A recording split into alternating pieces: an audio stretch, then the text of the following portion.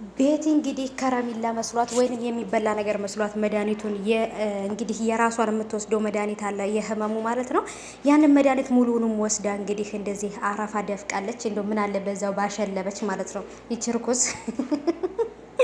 ብቻ ግን እውነት ለመናገር አሳዝናኛለች። ምክንያቱም የእውነት ይች ልጅ ግን እብድ ናት ወይንስ ደግሞ ጤነኛ ናት የሚለው ነገር እኮ አወዛገበኝ ቤተሰቦች። ምክንያቱም የምታደርገው ነገር በቃ በተለይ አሁን እንዴት ነው ሰው ጤነኛ ሆኖ ራሱ ለመግደል መድኃኒት የሚወስደው? ወይንም ደግሞ እሷ እነ ኪራን ለማሳመን ስትል የማታደርገው ነገር የለም። ምሩዬም ታማለች በተፈጠረው ነገር ማለት ነው። ጽንዬና ኪሩም እንግዲህ ውጭ ላይ ወጥተው ራሳቸውን ፈታ አድርገው ተመልሰዋል ማለት ነው። በጣም ደስ ይል ነበረ። ግን መጨረሻ ላይ በምሩና በቤቲ ትንሽ ደንግጠው ነበር ስለታመሙ ሁለቱ ማለት ነው። ሰላም ሰላም፣ ውድ የተከበራችሁ የቻናሌ ቤተሰቦች ሰላማችሁ ይብዛልኝ ባላችሁበት። ውድ ቤተሰቦቼ ለቻናሌ አዲስ ከሆናችሁ ሰብስክራይብ አድርጋችሁ ቤተሰቡን ነባሮች እንኳን በሰላም መጣችሁ ብያለሁ።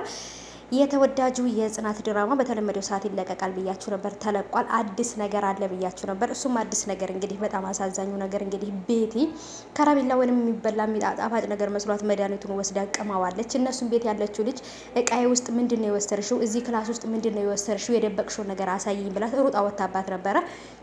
እሷ ግን በእጇ መድኃኒት እንደያዘች አላየችም። ምክንያቱም መድኃኒቱን ከፍራሿ ስር ወይም ከትራሷ ስር ነበር ያደረገችው። ለዛ ደግሞ ምን እንደወሰደች ራሱ ማወቅ አልቻለችም ማለት ነው እሷ። እነ ኪራ ቤት ያለችውንም ልጅ እንግዲህ በጣም ልቧ ተሰብሮ በጣም ነበር ያለቀሰችው። ምክንያቱም እኔ ሞግዚታችሁ አይደለሁም ወይንም ደግሞ ይችን እብድ የሆነች ልጅ ቤት ውስጥ እንደሚይዝላችሁ ስለምታውቁ ነው እንጂ ለእኔ ተጨንቃችሁ አታውቁም ብላ በጣም ነበር ያለቀሰችው። ምክንያቱም ኪራ የተናገራት ነገር አለ። ኪራ የተናገራት በአንቺ እንዝላልነት የተነሳ ልጅቷ ሙታ ነበር ነው ያላት። ምክንያቱም የተናገራት ነገር በጣም ከፍቷታል። እሷም የዚህ ነገር ውስጥ ያለችው እህቷን ለማሳከም ብላ ነው የማይሆን ህይወት ውስጥ ገብታ አሁን ላይ እነሱን በትንሽ በትልቁ ያን ነገር እያነሱ ቅስሟን የሚሰብሯት ማለት ነው።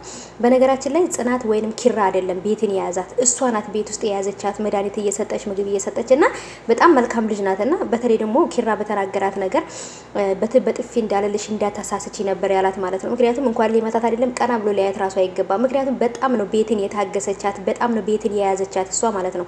ጽናትና ኪራ ቤት ውጭ እኮ ቤት ውስጥ አይቀመጡም፣ ሲዞሩ ነው የሚውሉት ማለት ነው። እሷ ናት ልጅ ቤትን የምትይዛትና ስለዚህ ይሄን ሁሉ ነገር ይችላ ይሄንን መናገር አልነበረበትም። በእርግጥ መድኃኒቱን እሷም ከፍ አድርጋ ደብቃ ማስቀመጥ ነበረባት።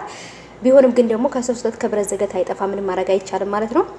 እና ውዶቼ እንግዲህ ምሩዬም አማትዮ በተናገረቻት ነገር በጣም ተከፍታለች። በጣም ልቧ ተሰብሯል። ምን መወሰን እንዳለባት ግራ ገብቶታል። ሁሉም ደግሞ እያሉ ያሉት ለምን ደበቃችኋቸው? እውነቱን መናገር ነበረባችሁ። እናንተ ውሸቱን አሁን ላይ ውሸት እንደዋሻችሁና ወይንም ደግሞ እንደደበቃችኋቸው ስላወቁ ነው የተቆጡት እንጂ ሌላ ነገር አይደለም። እውነት ለመናገርም ደግሞ ትክክል ናቸው ብዬ አስባለሁኝ እኔ ማለት ነው።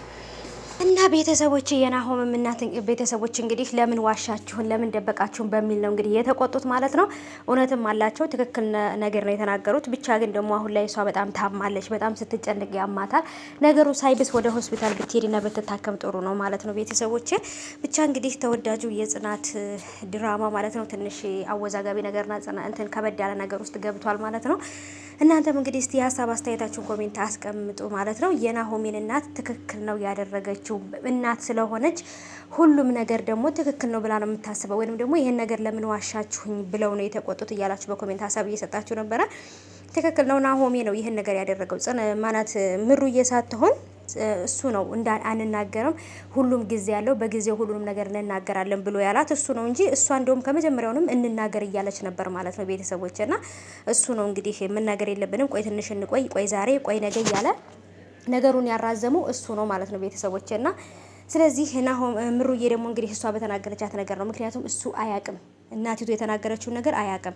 ልጅ ለመውለድ ተስማሚና ድል አድርጌ ልዳራችሁ፣ ሀሳብሽን በዚህ ሰሞን ንገሪኝ ብላታለች። ይሄን ነገር ደግሞ ለናሆም አልነገረችውም ማለት ነው።